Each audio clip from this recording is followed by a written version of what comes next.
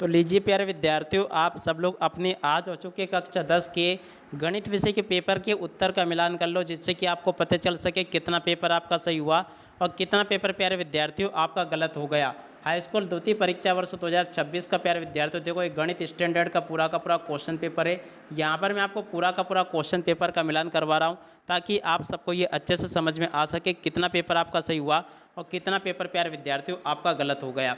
देख सकते हो प्यारे विद्यार्थियों, यहाँ पर मैं आपको सेट ए बताने वाला हूँ। सेट ए का पूरा सॉल्यूशन आज हम यहाँ पर देखेंगे। आप लोग कमेंट करके बताना कि ये पेपर आपका कैसा गया, कितने अंक आपके इसमें आ जाएंगे। पहला क्वेश्चन पढ़ते हैं, क्या लिखा है। एक द्विघात बहुपद के शून्यकों का योग होता है। तो देखो प्यारे विद्यार्थियों, एक कोई भी द्विघात बहुपद जो होता है उसके शून्यकों का योग कितना होता है, ये सी नंबर का इस क्वेश्चन का उत्तर होगा, जो कि आपको मैंने बता दिया। ठीक है, अब अगला क्वेश्चन, दो असंगत रेखाओं के प्रतिच्छेद बिंदुओं की संख्या होगी। दूसरे नंबर का जो क्वेश्चन प्यारे विद्यार्थी पूछा गया है, इसका राइट आंसर आपका ए नंबर का ये आ जाएगा। आप उसके बाद में देखो तीसरा क्वेश्चन पढ़ते हैं। तीसरे नंबर का जो क्वेश्चन प्यारे विद्यार्थियों आपको दे रखा है, इसका उत्तर आपका क्या आ जाएगा, डी नंबर का -10 आ जाएगा। उसके बाद में देखो चौथे नंबर का जो क्वेश्चन प्यारे विद्यार्थियों आपको दे रखा है, चौथे का उत्तर आपका आ जाएगा -4। ठीक है ना, ये भी मैंने आपको बता दिया। उसके बाद में देखो अगला क्वेश्चन, किसी वृत्त के बाहर स्थित बिंदु से वृत्त पर खींची गई जा सकने वाली स्पर्श रेखाओं की संख्या होगी।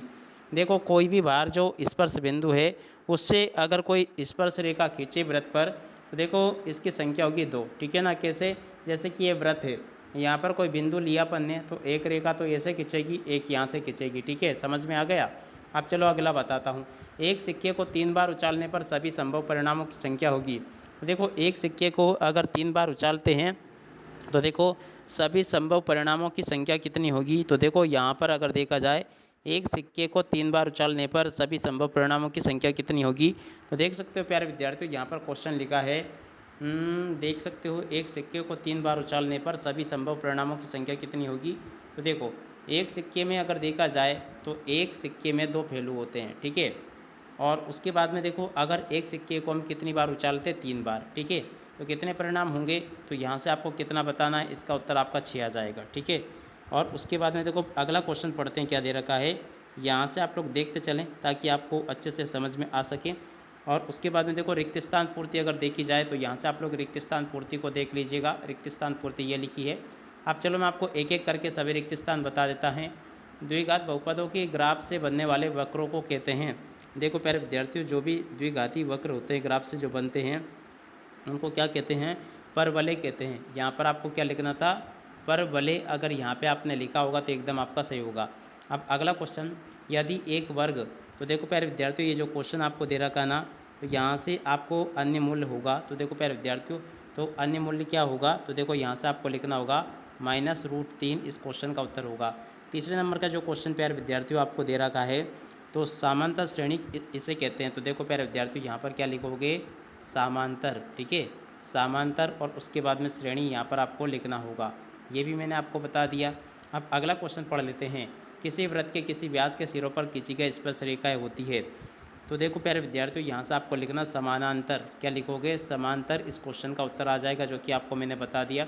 अब अगला क्वेश्चन पढ़ लेते हैं। एक वृत्त की जीवा तथा संगत चाप से घिरा परिबद्ध भाग उस वृत्त का कहलाता है।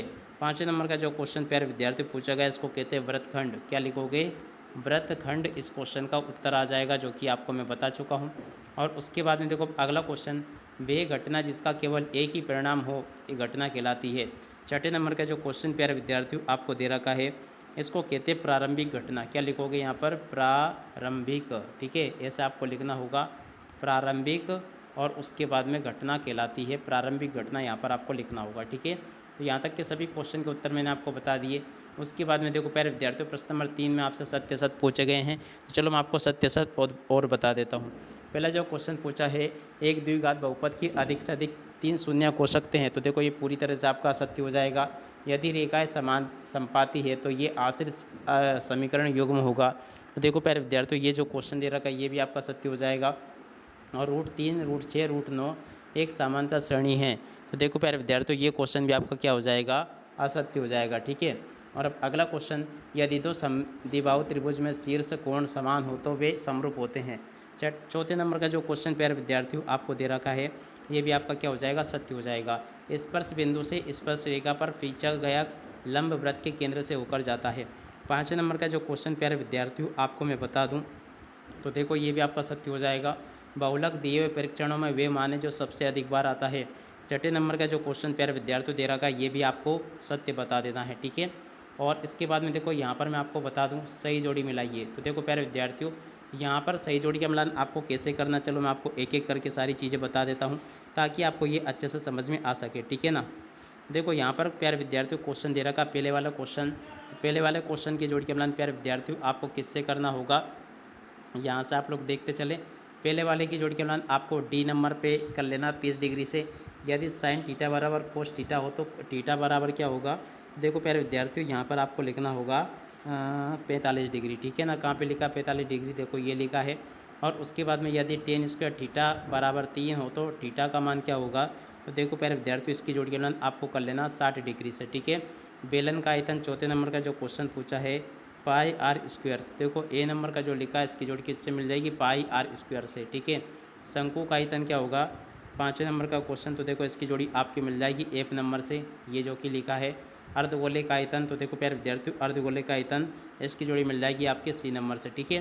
तो यहाँ से आप लोग इस प्रकार से इसको देख लें। और उसके बाद में देखो यहाँ से आप लोग एक शब्द या फिर एक वाक्य में उत्तर भी देख लेना। 2 अभाज्य संख्याओं की एचसीएफ लिखी है। तो देखो प्यारे विद्यार्थियों 2 अभाज्य संख्याओं का एचसीएफ कितना होता है, तो देखो प्यारे विद्यार्थियों 1 होता है। दूसरे नंबर का जो क्वेश्चन प्यारे विद्यार्थियों पूछा है इसका उत्तर आपका आ जाएगा अनंत अनेक हल, ठीक है ना। इसका उत्तर प्यारे विद्यार्थियों आपको क्या लिखना होगा, अनंत और उसके बाद में अनेक हल, ठीक है ना। तो यहाँ से आपको ये लिखना होगा अनंत अनेक हल, ठीक है। ये भी मैंने आपको बता दिया। अब अगला क्वेश्चन अपन पढ़ते हैं, द्विघात समीकरण के मूलों की प्रकृति ज्ञात कीजिए। तीसरे नंबर का जो क्वेश्चन प्यारे विद्यार्थियों आपसे पूछा गया है इसका उत्तर आपको यहाँ से देखकर लिखना होगा डी बराबर माइनस, देखो इस प्रकार से लिख देना डी बराबर, और उसके बाद में देखो -3 और इसकी ऊपर आपको घात चढ़ा देनी है 2। टोटली इसका प्यारे विद्यार्थियों यहाँ पर आपको ये इस प्रकार से बताना है उत्तर इसका क्या आ जाएगा, मूलों की प्रकृति कैसी होगी। तो देखो यहाँ तो केवल मूलों की प्रकृति बतानी है आपको, उत्तर चाहे आप जो भी लिख कर आए हो, कोई वास्तविक मूल नहीं, कि ठीक है ना। इसका उत्तर क्या आ जाएगा, यहाँ पे आपको लिखना होगा कोई वास्तविक, ठीक है, कोई वास्तविक मूल नहीं, ये इस क्वेश्चन का उत्तर होगा, ठीक है। तो ये भी मैंने आपको बता दिया यहाँ तक का। और उसके बाद में देखो अगला क्वेश्चन क्या दे रखा है यहाँ पर, एक एपी का एनवा पर 3n+5 है तो इसका सारवंतर लिखिए। चौथे नंबर का जो क्वेश्चन प्यारे विद्यार्थियों आपको दे रखा है इसका उत्तर प्यारे विद्यार्थियों आपको इस प्रकार से लिख देना है 3n, ठीक है ना। तो यहाँ से आपको क्या लिखना है 3n, ठीक है। 3n+5 है तो इसका सारवंतर डी निकालिए, डी लिखिए। तो देखो प्यारे विद्यार्थियों यहाँ पर आपको सारवंतर n का गुणांक ही सारवंतर होता है। तो देखो प्यारे विद्यार्थियों यहाँ पर अगर देखा जाए तो थोड़ा सा इसको हल करके देखते हैं कि इसका एपी का ये पद जो होगा n कितना होगा। तो देखो यहाँ पर एक एपी का nवां पद क्या है 3n+5 है, ठीक है ना।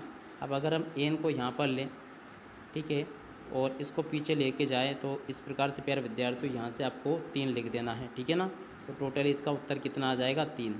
और अब अगला क्वेश्चन प्यारे विद्यार्थियों पूछा है, यदि खंभे की ऊंचाई उसकी छाया की लंबाई की 3 गुनी हो, √3 गुनी हो तो सूर्य का उन्नयन कोण कितना होगा। तो देखो प्यारे विद्यार्थियों यहाँ पर आपको लिख देना 60 डिग्री, ठीक है ना। 60 डिग्री इस क्वेश्चन का उत्तर होगा। और अब अगला क्वेश्चन जो कि यहाँ पर आपको दे रखा है, यदि एक वृत्त के चाप की लंबाई, तो देखो प्यारे विद्यार्थियों इस क्वेश्चन का उत्तर आपका क्या आ जाएगा 2 आ जाएगा, ठीक है। इस प्रकार से प्यारे विद्यार्थियों आपको मैंने यहाँ तक का पूरा सब कुछ उत्तर सहित बता दिया है। इसी प्रकार का पूरा क्वेश्चन पेपर आपसे परीक्षा में पूछा गया था। आपका यह पेपर कैसा गया कमेंट करके ज़रूर बताना। अब इसी के साथ में इस वीडियो को यहीं पर पूरा करते हैं। नमस्कार, जय हिंद, जय भारत।